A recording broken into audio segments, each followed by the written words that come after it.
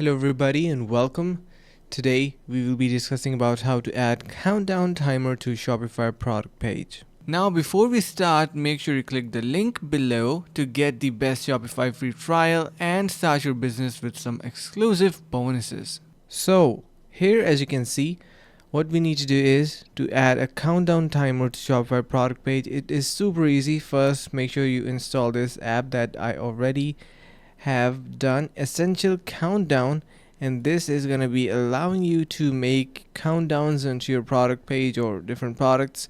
So you can see we can create a new timer. So this is currently added and this is published. So if you simply head over to your online store, you should be able to see a timer on top of your products, and that is going to be showing some kind of sales. You can see it is now showing up in here, something like this. So of course this is a lot of time, but you can adjust it according to your liking.